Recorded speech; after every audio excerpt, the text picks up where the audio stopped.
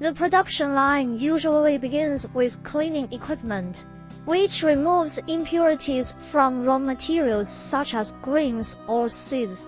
This step is crucial for ensuring the purity and quality of the final product. Following the cleaning stage, there are grinding machines that break down the grains into smaller particles, preparing them for further processing, depending on the type of product being produced.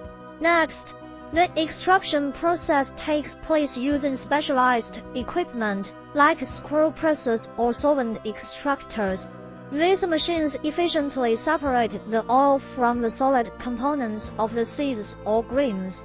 The extracted oil then undergoes refining processes, including deguming, neutralization, bleaching, and deodorization, to improve its clarity, flavor. After refining, the oil is ready for storage and packaging.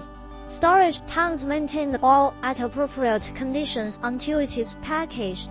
Packaging machines automate the filling, sealing, and labeling of bottles or containers.